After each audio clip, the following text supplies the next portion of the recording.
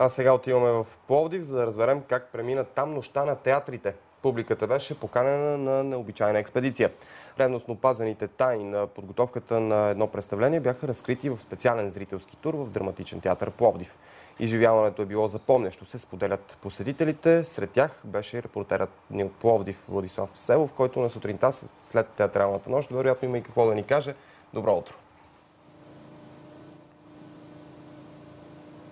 Добро утро от Пловдив. Да подчертаем първо, че и тук много силно стискаме палци на лъчезарната Лидия Ганева, която ще представя България на детската Евровизия. Следобед ще видим как заедно нейните съученици ще я гледат и ще изтискат палци. А иначе нощта на театрите в Пловдив не беше много мащабна като разпростиране из театралните институции, но беше посветена именно на това непосредствено общуване между театрали и публика.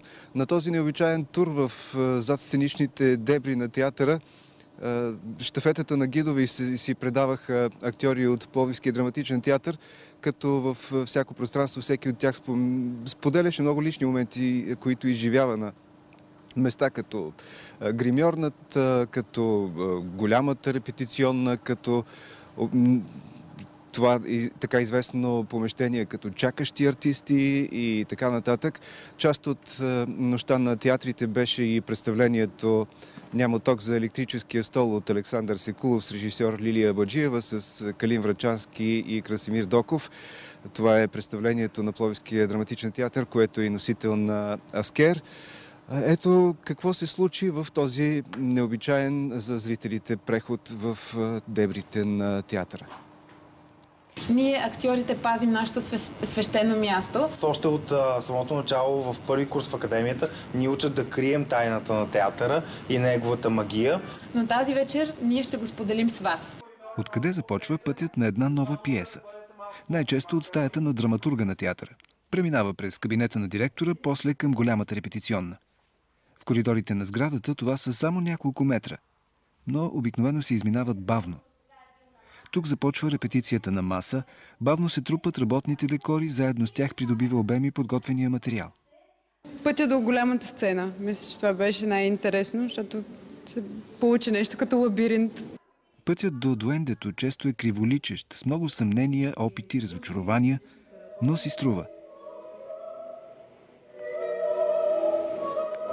Усетихме самите прожектори върху себе си, които всъщност ни замъгляват хората, които са вперили очи в нас. Ако сме актьори, разбира се. Но в същото време усещането е много приятно, защото си отгоре в някакъв магичен свят. Може би нереален, може би и реален. Освен това, всички видяха отблизо как съвременното техническо оборудване не е средство за специални ефекти, а за богатство на въздействието.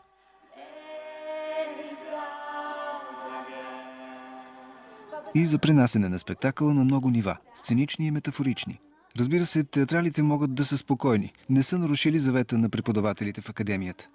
За всички е ясно, че голямата тайна на изживяването театър не може да се разкрие. Тя само се усеща за няколко вглъбени часа, които никога после не могат да бъдат повторени дословно.